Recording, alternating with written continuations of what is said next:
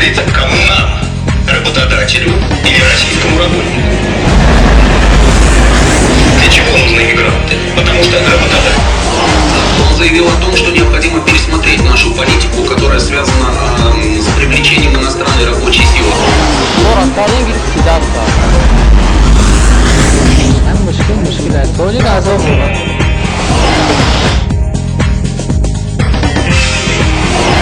Они работают дворниками, уборщицами, фасовщицами на чертовски грязной тяжелой работе, на которую никто не хочет идти. Не за копейки, за нее платят, то есть за нее. Вороте конечные думают, что это.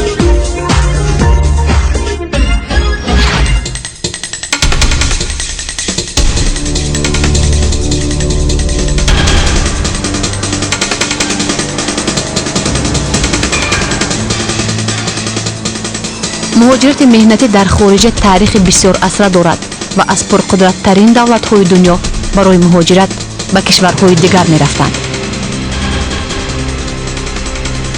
сафаре ки муҳоҷири меҳнатӣ ба кишвари дигар дорад бояд ҳатман омодагӣ дошта бошад ва фаромӯш накунед ки баробари ворид гаштан ба кишвари дигар бахус ба федератсияи русия шумо бояд пеш аз ҳама аз қоидаву қонунҳои он давлат ба хубӣ огаҳ бошед, яъне забонро донед ва дар баробари ин аз қоидаву қонунҳои кишвари русия воқиф бошед.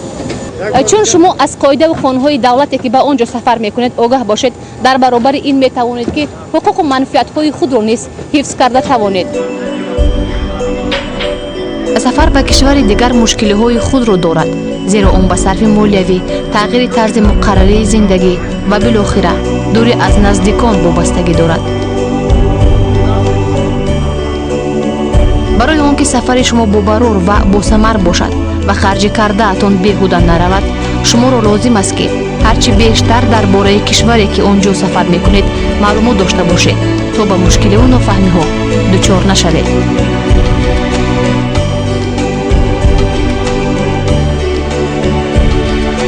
маҳз бо сабаби надонистани ҳуқуқ ва вазифаҳои худ сафари муҳоҷирон аксари вақт ба нокомӣ анҷом меёбад. бештари вақт ҳатто маблағи корияшонро намегиранд ва маҷбур мешаванд ки дар бадтарин шароит зиндагӣ кунанд, ёрии тиббӣ нагиранд, ҷарима пулии калон пардохт намоянд. дар натиҷа онҳоро аз кишвар хориҷ ва ё пеш мекунанд.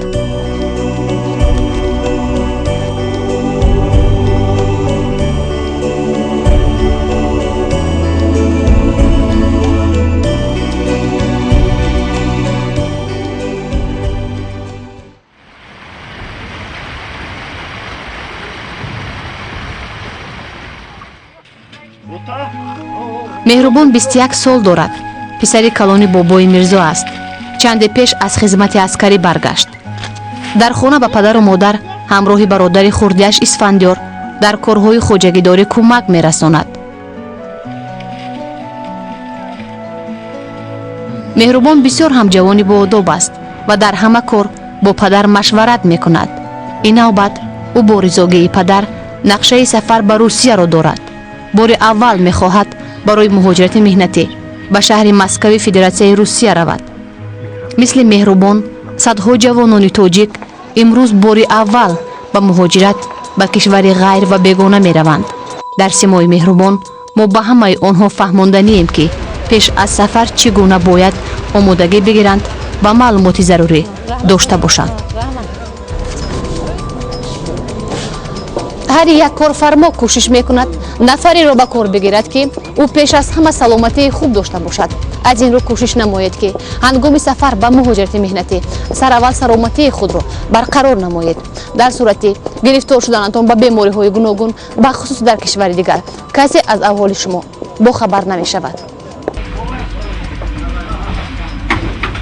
таҷрибаҳо нишон доданд ки бештари аз муҳоҷирони тоҷик бо сабаби аз муоинаи духтур нагузаштан ва маълумот надоштан аз вазъи саломатиашон ба бемориҳои гуногун гирифтор мешаванд.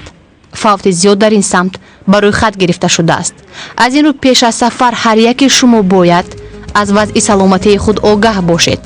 корҳое ки ба зарари саломатии шумо ҳастанд иҷро накунед. варақаи табобатии худро ҳатман ҳамроҳ бигиред. дар сурати бемор шудан бояд рафиқонатон ва шахси корфармо донад ки шумо пештар ба чӣ гуна беморӣ гирифтор будед то ба шумо дар сурати дерҳозир шудани духтурон ёрии аввалин расонида тавонанд. доруҳои заруриро ҳатман бо худ бигиред. пеш аз сафар аниқтараш ҳангоми гирифтани чиптаи қатора ва ё ҳавопаймо шумо бояд шиносномаи хориҷӣ дошта бошед. ҳангоми гирифтани шиносномаи хориҷӣ бесаросемагӣ ва пурра онро аз назар гузаронед. шиносномаи хориҷии умуми шаҳрвандӣ дар мақомоти корҳои дохилӣ дар маҳаллаи зисти шаҳрванд ба муҳлати 5 сол ҳангоми 16-солагиро пур кардан дода мешавад. диққат! талаботҳои дигар нисбат ба шиноснома вуҷуд дорад. дар шиноснома маълумот дар бораи шумо набояд ислоҳ шуда бошад. матни дар шиноснома омада фаҳму ба хоно бошад. муҳри шиноснома бояд равшан ва чашмрас бошад. муҳлат нагузашта ва то ба 1 сол эътибор дошта бошад. агар шумо дар русия кор карданӣ бошед, барои вуруд ба русия қайди муҳоҷират ва гирифтани иҷозати кор ҳуҷҷатҳои зерин лозим мебошанд. шиносномаи хориҷӣ ҳуҷҷате ки касб ё дараҷаи ихтисоси шуморо тасдиқ мекунад. диплом, сертификат, шаҳодатнома. маълумотномаи тиббии шакли муқаррар гардида дар бораи аҳволи саломатӣ. пеш аз сафар ҳуҷҷатҳо ва суръататонро чанд нусха бардоред ва бо худ бигиред ва ҳамчунин якчанд нусхаи онҳоро ба хишовандон ва наздиконатон диҳед. бештари аз муҳоҷирони тоҷик ҳангоми харидорӣ намудани чиптаи қатора ва ё ҳавопаймо ба доми қаллобон афтода фиреб мехӯранд, яъне бо нархи зиёдтар чиптаро харидорӣ мекунанд, чанд муддат саргардон мешаванд. он нафари байндаро ҳолатҳое мушоҳидашудааст ки пулҳоро гирифта ғайб мезанад. аз ин рӯ шумо бояд пеш аз ҳама ҳушёрӣ дошта бошед. ба касе бовар накунед. беҳтараш ба нуқтаҳои фурӯши чипта ки сари ҳар қадам дида мешавад муроҷиат карда чипта дастрас намоед. фаромӯш накунед, ҳангоми харидорӣ намудани чиптаи қатора ва ё ҳавопаймо аз касадор нашуда ҳатман таърихи сафар карданатонро ки дар чипта оварда шудааст, инчунин нархнома ва ҷои нишастро аз назар гузаронед. дар сурати пайдо шудани нофаҳмиҳо ба масъулини соҳаҳои чиптафурӯшӣ муроҷиат карда ба саволҳои худ ҷавоб бигиред. диққат! шиносномаи тоҷикии худро ҳамчун ҳуҷҷати шахсии иловагӣ дар ҳолатҳои дигар ҳатман бо худ бигиред. дар шиносномаи ҷумҳурии тоҷикистон маълумот дар бораи вазъи оилавӣ, қайди инн, гурӯҳи хун, муҳри ҷойи истиқомат, муҳлати эътибори шиносномаи шаҳрванд, аз 16-солагӣ то ба синни 25-солагӣ расидан, аз 25-солагӣ то ба синни 40-солагӣ, аз 40-солагӣ бемуҳлат. бояд донед ки бо шиносномаи ҷумҳурии тоҷикистон шумо бо роҳҳои заминӣ аз тоҷикистон берун ва баръакс вориди тоҷикистон шуда наметавонед. ин роҳҳо танҳо бо шиносномаи хориҷӣ ба эътибор гирифта мешавад. ҳамҷам ки рафти тез ришота бигир тоза бигард бо наган ки меҳрубон аллакай омодагии худро он чизе ки бояд дар ватан пеш аз сафар дошта бошад тайёр ҳам кард. боз як шаби дигар назди падару модар дар кулбаи гарми бачагиҳош монду акнун меравад ба русия барои кор кардану маблағи муайян ба даст овардан. меравад ба шаҳри бегона. чӣ ӯро дар ин роҳи дарозу пур аз машаққат интизор аст. тақдир ӯро имтиҳон хоҳад кард.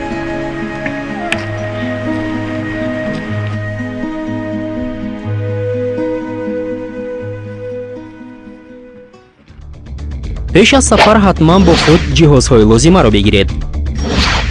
борхалтаи тоза ва нави замонавӣ, чанд либоси тоза ва нави такпӯш, либоси гарм, палто, кӯлоҳ, ҷуроб, пойафзоли гарм, дандоншияк ва собун.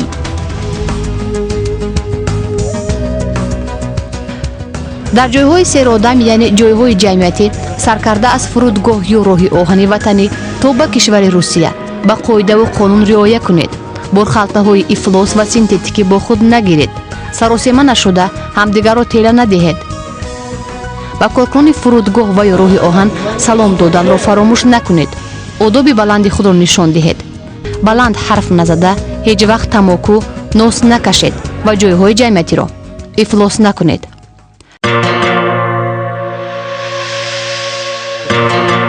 таҷрибаҳои чанд соли охир нишон дод ки муҳоҷирони тоҷик саркарда аз одоби муошират ва рафторашон дар фурудгоҳҳо ва роҳҳои оҳан бисёр ҳам дар сатҳи паст қарор дорад ва боиси масхара ва хандахариши миллатҳои дигар мегардад.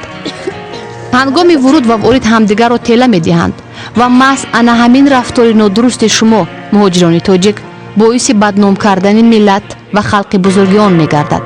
фаромӯш накунед, дар симои ҳар яки шумо миллату давлати тоҷикистонро баҳо медиҳанд. таҷрибаҳо нишон доданд ки муҳоҷирони тоҷик ҳангоми сафар дар сурате ки чиптаи ҳавопаймо ва ё қатора доранд боз кӯшиш мекунанд ки барои ворид гаштан каси дигарро восита кунанд. инҷо манзурамон ба хусус коркунони фурудгоҳ ва ё вокзали роҳи оҳан мебошад. фаромӯш набояд кард ки шумо чун дар даст чипта доред, яъне аз ҳама қонуну қоидаҳои сафар огаҳ ҳастед, касе ҳуқуқи шуморо баргардондан ва ё дар рафти сафар халал расондан надорад. аз ин рӯ содагиро як тараф гузошта дар ватани худ озод ва дилпур бошед. дар сурате инҷо тарсу ваҳм доштанатон шуморо дар кишвари бегона мушкилиҳои зиёд рӯбаро хоҳад шуд.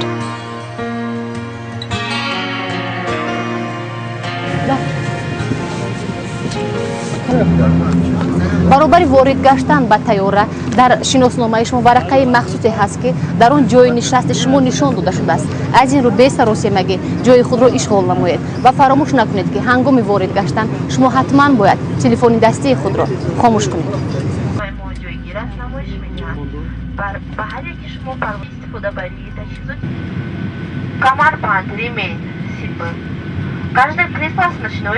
бештари вақт дар ҳавопаймо ҷавонони муҳоҷири мо ба меҳмондор стюардесса дағалӣ мекунанд. ба қонуну қоидаҳои махсуси дохили ҳавопаймо пеш аз парвоз ва ё ҳангоми фуруд риоя накарда одоби бади худро нишон медиҳанд ки ин албатта боиси нигаронист. фаромӯш накунед, дар дохили ҳавопаймо ба ғайр аз шумо боз меҳмонон аз кишварҳои хориҷ низ ҳастанд. бо овози баланд гап назанед, ба суханҳои меҳмондор яъне стюардесса гӯш кунед, дағалӣ накунед, дар ҳоҷатхона навбатро риоя кунед. таваҷҷӯҳ, нос накашед ва ҳавопайморо ифлос накунед. ҳангоми вуруд ба ҳавопаймо ё қатора интизоми худро дуруст кунед. сигор, тамоку ва нос накашед. бо меҳмондори ҳавопаймо стюардесса дурушти накарда ба гуфтаҳои он риоя кунед. телефонҳои мобилии худро барои нигоҳ доштани бехатарӣ хомӯш нигоҳ доред. ҳангоми берун шудан ба навбат риоя карда ҳамдигарро тела надиҳед.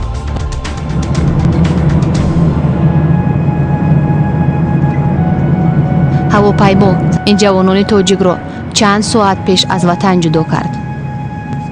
бештаре аз ин ҷавонон бори аввал сафар ба кишвари русия доранд. хуб меҳрубон, чун бори аввал меравед, тарс ҳарос ҳаст? ҳастанд нафароне ки дар он ҷо шуморо пешвоз мегиранд? ҷои кор ҳама чӣ маслиҳат шудагианд?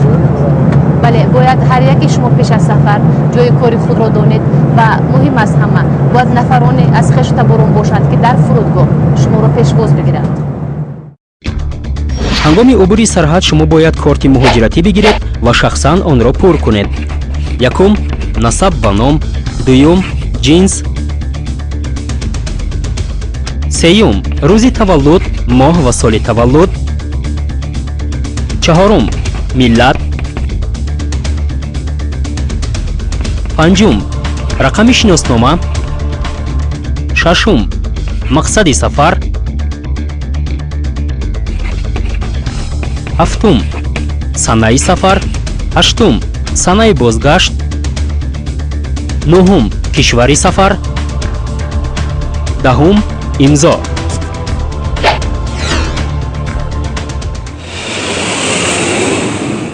диққат! шурӯъ аз 17 январи соли 2011 дар фурудгоҳи Домодедовои шаҳри Москав системаи нави қабул ва пур кардани корти муҳоҷиратӣ тавассути таҷҳизоти махсуси электронӣ ҷорӣ карда шуд.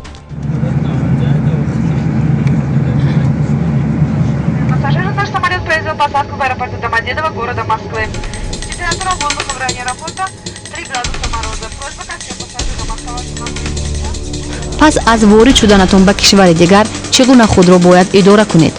агар шумо дар Федератсияи Русия барои меҳнат кардан бе даъвати корфармо омада бошед, пас шумо бояд донед ки ба кадом самт ва куҷо меравед.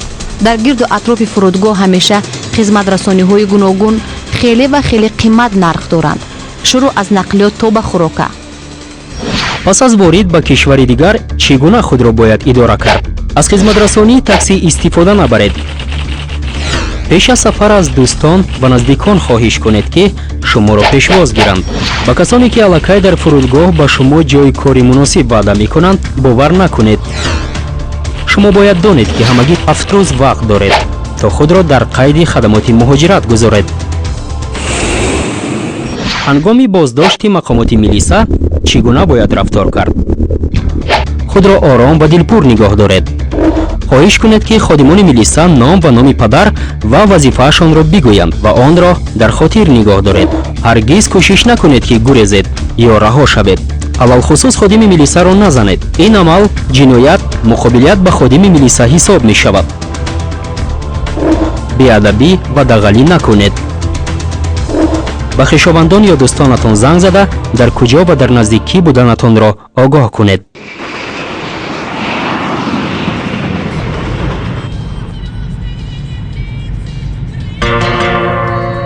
Федератсияи Русия давлати бузургу пурқудрат мебошад ки дар он садҳо ҳазорҳо одамони гуногун нажоду гуногун мазҳаб бо урфу одат ва анъанаҳои мухталиф зиндагӣ ва кору фаъолият мебаранд. вале ин ҷо бояд ҳама дар доираи қонуну қоидаҳои ин давлат зиндагӣ кунанд, яъне урфу одат, фарҳанг ва муҳим аз ҳама забони онҳоро аз худ карда бошад, вагарна нофаҳмию рӯйдодҳои нохуш бисёр сар мезанад.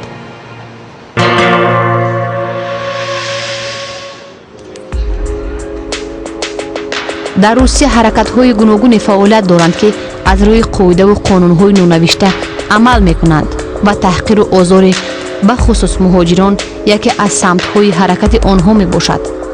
ҳукумати шаҳр низ бо ин ҳаракатҳои ғайриқонунӣ мубориза мебаранд, вале ба ҳар сурат ба муҳоҷирон зарур аст ки эҳтиёткориро аз даст надиҳанд, ҳушёр бошанд. таҷрибаҳои чанд соли охир ҳам нишон дод ки чӣ қадар ҷавонони тоҷики муҳоҷир аз дасти гурӯҳҳои тосарҳо ба истилоҳ скинхедҳо кушта шуданд. дар сурати якҷоя ва нотарс будани шумо касе ба рафиқ ва ҳамватани шумо зарар расонида наметавонад.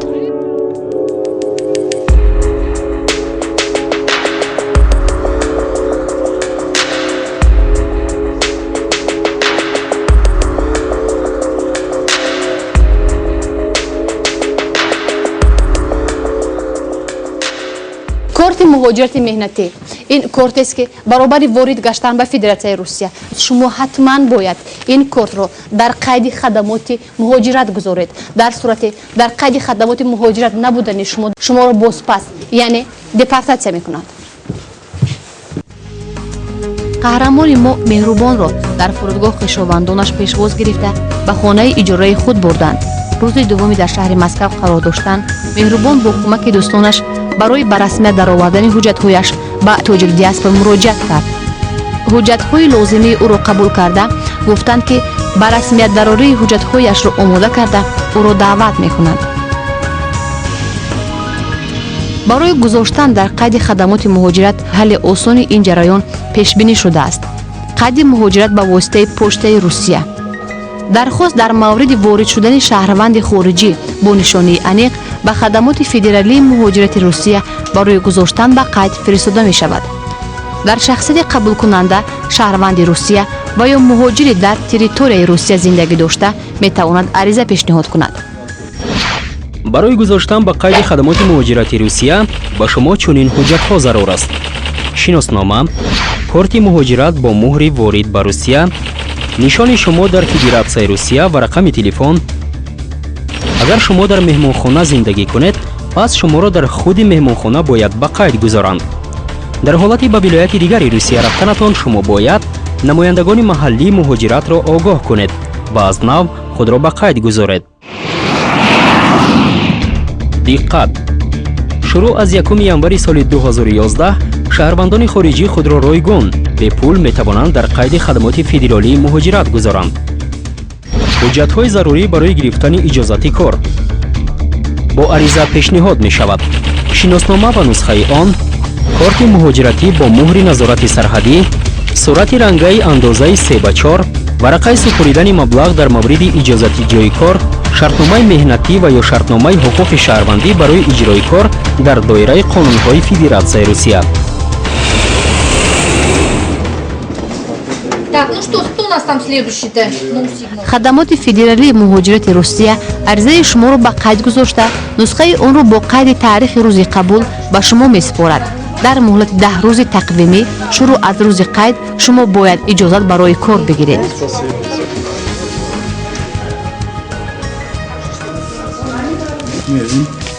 ҳамин асосӣ шози ҳамин дошта бошем дар любой ҷо кор мекунем. Шахси Тоҷикистон разрешение работа дар кор аст, документе ки проверка мекунад шуморо разрешение асосӣ разрешение работа дар кор. шартномаи меҳнатӣ. баъд аз оне ки шумо иҷозаи корро гирифтед, ҳатман бояд бо корфармои худ шартномаи меҳнатӣ ва ё шаҳрванди ҳуқуқӣ имзо кунед. шартнома дар ду нусха, яке дар дасти корфармо ва дигаре дар дасти худи шумо нигоҳ дошта мешаванд. танҳо бо бастани шартномаи меҳнатӣ дар сурати поймол кардани ҳуқуқҳои худ шумо метавонед ба мақомотҳои судӣ муроҷиат кунед. дар шартномаи шумо бояд фаҳмо оварда шуда бошад ки шумо бояд чӣ кор кунед, дар чӣ қадар муддат ва чӣ миқдор маош муқаррар шудааст. қаҳрамони мо меҳрубон, чуноне ки дар боло гуфтем, ҷавони бисёр ҳам ҳушёр ва босавод аст. аз ин рӯ бемушкилӣ бисёр ҳам ба зудӣ ҷои кори худро пайдо кард. маоши хуб ҳам мегирам мегӯяд.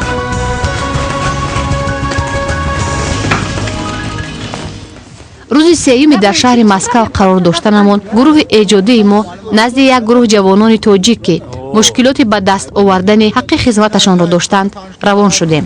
чанд вақт шуда инҷои? мой мард кор кистам, инҷо кор кистам. чанд бор маош гирифти? маош нагирифтам. вақте омаден шартнома ҳаст ку контракт имзо карден ҳамин қоғаз ки масалан ҳамин қадар кор мекунӣ чӣ қадар маош мегирӣ? гуфтан ки 100 сум соати коритон тар нагуфтан ки то объект буд шава бад сум. гуфтан мо шиқати мегирем. аку то ин вақт нагирифтеда? мо шиқати нагирифтем, ама аванс мон медоем кале 3000. регистрация дорен дар қайд мондагӣ ҳастед худатон? регистрация надорем. мо надоштем шароит. ҳамон одаме ки ҳамчи шода масалан роҳбар ҳастан кор медиден ягон бор ҳам суҳбат шудагӣ? вар медидем шундинян. дар масъалаи пултон чӣ мега? мега ин ҳафта метем то ахир мо метем то моҳи дига метем то ам хеле. яъне шумо масалан барои маоштон ягон ҷо муроҷиат кардан наметавед. медонед барои чӣ? барое ки шумо шартнома имзо накардем. чӣ қадар давом мекунед ки маош моро чӣ қадар давом мекунед? шумо мактаб хондагӣ мактаби намир шумо проблема дорем ки дар хунки кор касе маоштон намеден. аку фаҳмидем ки шумо шартнома кардан то дар кортон аллакай адвокат касиб мешавад.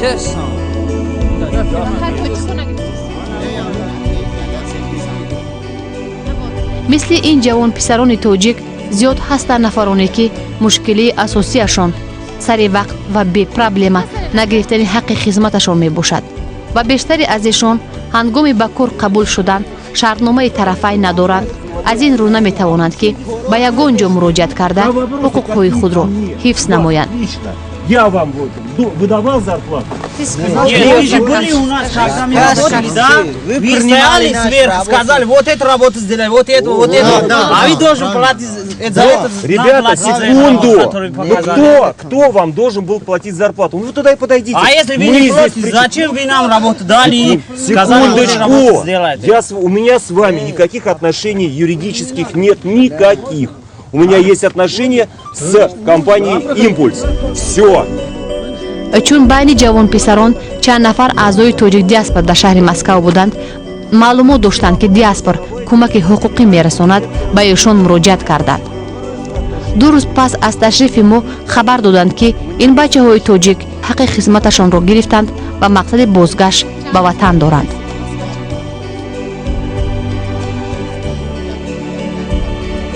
аламовар ҳам ҳамин аст ки бештаре аз муҳоҷирони тоҷик гирифтори фиреби худи тоҷикон мегарданд ва чунин сурат гирифтани кор бори дигар обрӯю эътибори мардуми тоҷикро назди миллатҳои бегона бисёр ҳам паст мекунад. яъне имрӯз мо ба фиреби ҳамдигар даст задаву дар мулки дуру бегона сари роҳи ҳамватани хеш сангарҳо мегузорем. зиёда нафароне ки ҷавонони тоҷикро гумроҳ карда аз тоҷикистон ба шаҳрҳои русия мебаранд ва оқибат онҳоро дар нимароҳ партофта аз бадбахтиву сарсонии онҳо барои худ маблағ ба даст меоранд.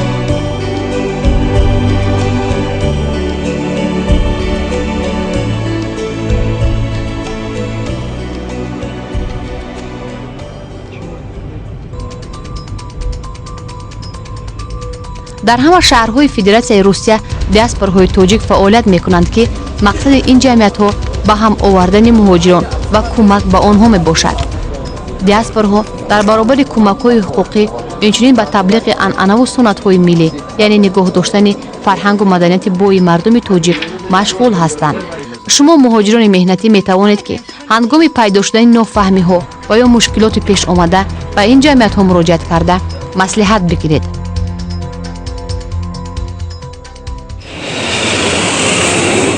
диққат! профсоюз яке аз ташкилотҳои пурқудрат дар самти ҳимояи фаъолияти меҳнатӣ ва иҷтимоии аъзоёни худ мебошад.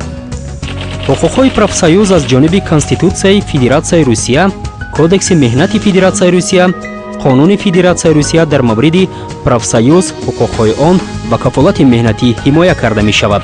ин ҳуқуқҳо инчунин ба шумо кори мувофиқ ва безарар, ҳавасмандкунӣ, таъмини истироҳату барқарорсозии саломатӣ ва ғайраро кафолат медиҳад. аъзоёни профсоюз агар дар корхона бо ин ташкилот фаъолият дошта бошанд, метавонанд ки ба корфармои худ муроҷиат кунанд то бо онҳо шартномаи фаъолияти меҳнатии коллективӣ банданд.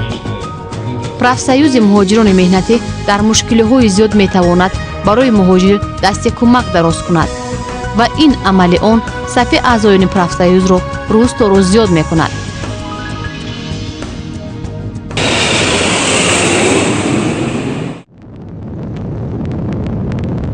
шурӯъ аз 1 июли соли 2010 тағйирот дар қонун дар бораи мавриди беҳтар кардани шароити ҳуқуқи шаҳрвандони хориҷӣ дар Федератсияи Русия дар самти ҳуҷҷатнигории шаҳрвандони хориҷӣ дар мамлакат барои қонунӣ кардани самти фаъолияти коргоҳи худ патент ба даст оранд.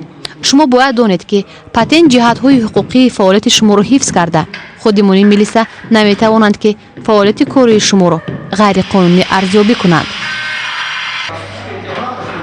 Для того, чтобы работать у физического лица, то есть у частного лица, у которого можно выполнять работу по дому, по хозяйству, работать на даче, работать няней, то есть непосредственно иметь договор с обычным гражданином России, который не занимается предпринимательской деятельностью. Вот у такую работу можно выполнять, имея так называемый патент. Патент, вот он представляет собой такую же карточку, как и разрешение на работу. Обратиться за таким разрешением, то есть за патентом, иностранный гражданин может в тот отдел ФМС, где он состоит на миграционном учете. То есть любой иностранный гражданин, въехав в Российскую Федерацию, сначала обязан стать на миграционный учет, там, где он проживает, в том районе, и после этого может обратиться за патентом. патент аз 1 то 3 моҳ дода мешавад. муҳлати истифодаи патент якчанд маротиба на камтар аз 3 моҳ давом дода мешавад. маблағи як моҳаи он 1000 рубли русиро ташкил медиҳад.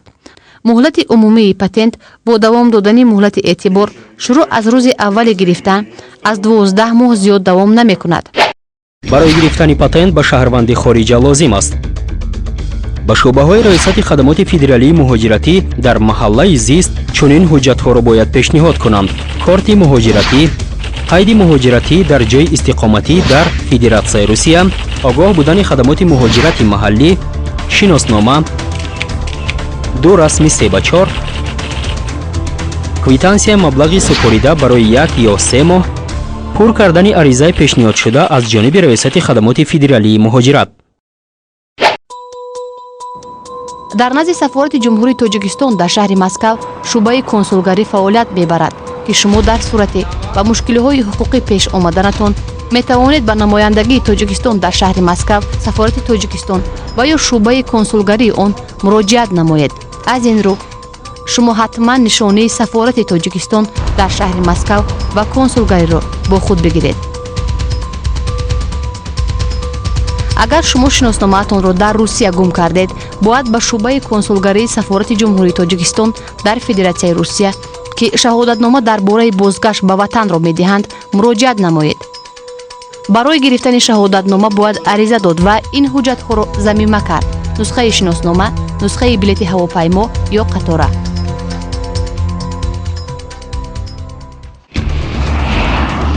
دقت! سروغای کنسولگری جمهوری تاجیکستان در فدراسیای روسیه، شهر مسکو، کوچه скатертный 19. دقت! سروغای سفارت جمهوری تاجیکستان در فدراسیای روسیه، شهر مسکو، کوچه گراناتوی 13. دقت! انتقال پول. با میان عرب‌ها برای فرستادن پول به خانه باور نکرده، با واسطه بانک‌ها از نظام انتقالی پول فرستید.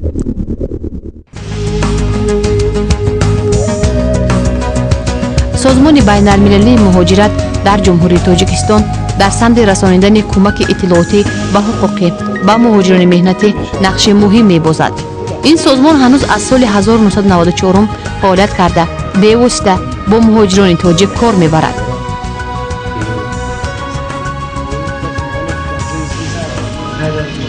در منطقه‌های گوناگون جمهوری، نقطه‌های تعلیمی آموزشی این تشکیلات فعالیت کرده با آنهایی که نقشه سفر به مهاجرت را دارند مصلحت‌های حقوقی می‌رساند.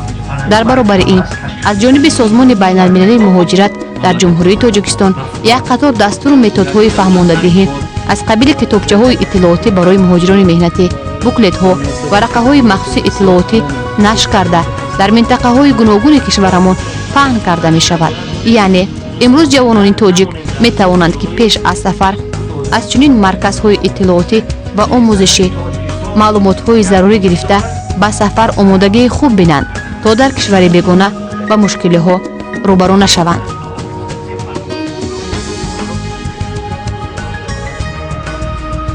طی چند سال اخیر در نزد وزارت مهنت و شغل اهالی جمهوری تاجیکستان کورس‌های مخصوص تعلیمی آموزشی گشوده شده است که پس از ختم این کورس‌های آموزشی شهادتنامه مخصوص اختصاصی داده می شود. این کورس‌ها بخصوص برای آنهایی که برای مهاجرت مهنتی رفتنی هستند و می‌خواهند یگان کسب هنر را از خود کنند و اینچنین شهادتنامه اختصاصی برای در روسیه کار کردن داشته باشند فعالیت می‌کند. گشوده شوی این کورس‌ها کمک سری وقتی و خیلی فایده آور بخصوص برای مهاجران مهنتی میباشد. باز برای زنان و دختران آموزش هنرهای کدبانوگی، آشپز، مهماندار طربخانه و دیگر نماد هنرها آموزانیده می شود. آنهایی که هنر دارند و شهادتنامه اختصاصی ندارند می توانند پس از چند مدت تکمیل اختصاص در این شعبه های آموزشی شهادتنامه بگیرند.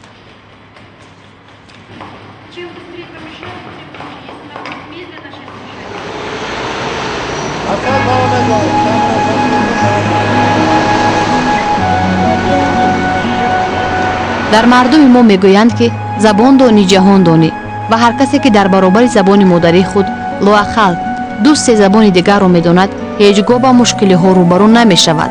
به کشور دیگری که می رود مثل وطن خودش از کسی و از چیزی ترس و هراس نکرده آزادانه زندگی و کار و فعالیت می کند.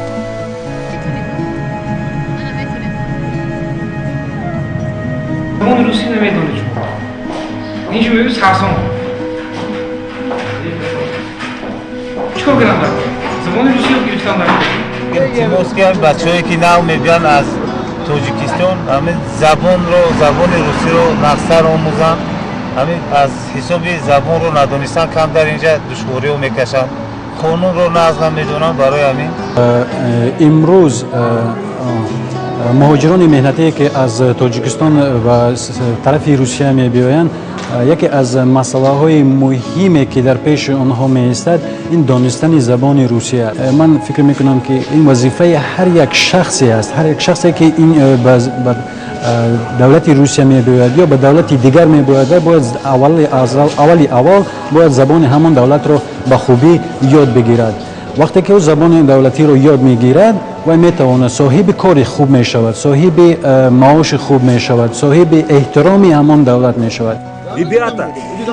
بله، مشکلات اساسی امروز مهاجران ما در ندانستن زبان روسی می باشد و محض با ندانستن زبان آنها حقوقهای خود را حمایه کردن نمی توانند که بالاخره با مشکل‌های زیاد روبرو می گردند. با ندانستن زبان روسی آنها نه با کارفرمای خود و در صورت به دست خدمات ملیسه افتیدنشان به آنها زبان یافتن نمی توانند.